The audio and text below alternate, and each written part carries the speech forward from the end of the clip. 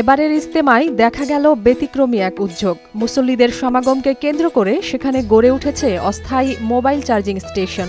স্টেশনগুলোতে একই সাথে চার্জ হচ্ছে শত শত মোবাইল, আর মোবাইলের নিরাপত্তায় রাখা হয়েছে বিশেষ ব্যবস্থা। প্রতিটা টাচ মোবাইলে, অ্যান্ড্রয়েড ফোনে ফুল চার্জ নেই 30 টাকা, বাটন ফোনে নেই 20 টাকা। এটাও কিন্তু একটা সেবা। বিভিন্ন গণমাধ্যমে প্রচার করা হচ্ছে এসব মোবাইল চার্জিং স্টেশন থেকে লাখ লাখ টাকা আয়ের গল্প। তবে বাস্তবে গিয়ে দেখা গেল ভিন্ন এক চিত্র। আমার কাছে প্রতিদিন 250 থেকে 300 ফোন আসে। এভারেজে ওই টাকাটা হিসাব করলে হয় 4,500 থেকে 5,000 টাকা, সামথিং কিছু বেশি হতে পারে। বিশ্ব ইজতেমায় শুধু ধর্মীয় ইবাদতই নয়, ক্ষুদ্র ব্যবসার বিশাল এক কর্মক্ষেত্রও তৈরি হয়েছে এখানে। যদি কারো চার্জার থাকে, নিজস্ব কোম্পানির চার্জার, ওটা দিয়ে খুব তাড়াতাড়ি হয়ে যায়। আমাদেরটা তো 21 ওয়াটের চার্জার, ওটা একটু সময় নেয়, যেমন 1 ঘন্টা 1.5 ঘন্টা সময় লাগতে পারে। জেনারেটর কিংবা সোলার প্যানেল ব্যবহার করে চালানো হচ্ছে এসব চার্জিং পয়েন্ট। মুসল্লিরা আমাদেরকে পরিপূর্ণ বিশ্বাস করে। এক হলো আমরা হুজুর, দ্বিতীয়ত আমার রুমটা দেখেন, ঘরটা দেখেন, একদম 100% নিরাপত্তা। তারা এই বিশ্বাসে চার্জ দেয় যে আমরা তাদের মোবাইলে পরবর্তীতে রিটার্ন দিব। আর মাত্র 20 থেকে 30 টাকার বিনিময়ে মোবাইল চার্জ দিয়ে যেমন আয় করতে পারছেন ব্যবসায়ীরা, তেমনই উপকৃত হচ্ছেন ধর্মপ্রাণ মুসলিমরাও। আর এমনি তো ভিতরে জায়গা নাই মোবাইল চার্জ করার, ভাইয়ের দোকানে আমরা চার্জ করে আজ 2-3 দিন আইছে, ভাইয়ের মোবাইলে দোকানে চার্জ করে। আমরা সকালে চার্জার দিছিলাম, এই যে মাত্র নিতে আইছে, যে চার্জার ফোন হাতে আছে, নিলাম। ভাইয়ের ব্যবহার আসার খুব সুন্দর।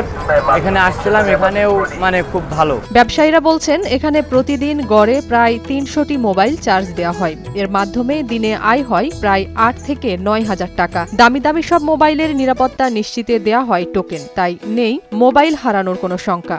চার্জ দিতেছি হলো 30 টাকা ফুল চার্জ, অ্যান্ড্রয়েড বাটন হলো 20 টাকা। দুইটা টোকেনের মাধ্যমে একটা আমাদের কাছে থাকে, একটা যে গ্রাহক হারে দিয়ে দিই। আমরা একটা টোকেন নাম্বার দেই, যা হয়েছে এটা আমাদের কার্ড নাম্বার, এটা আমাদের নাম্বার আছে। যদি হারায় যায়, যদি আমাদের সামনে যোগাযোগ করতে পারে, তাহলে মোবাইলটা পাবে। ইজতেমার সামিয়ানায় নিরাপত্তা নিশ্চিতের জন্য থাকে না বিদ্যুতের সংযোগ, ফলে মুসল্লিদের জন্য এই মোবাইল চার্জিং স্টেশনগুলো খুবই গুরুত্বপূর্ণ। ব্যবসায়ীরা বলছেন এই উদ্যোগে শুধু যে আয় হচ্ছে তাই নয়, বরং মুসল্লিদের সেবা দিতে পেরে তারা খুশি বলে জানান। এখন আমরা যদি এখানে মোবাইল চার্জের ব্যবস্থা না করতাম, তাদের সর্বোচ্চ 1 দিন অথবা 2 দিনের ভিতরে তাদের মোবাইল চার্জ চলে যেত।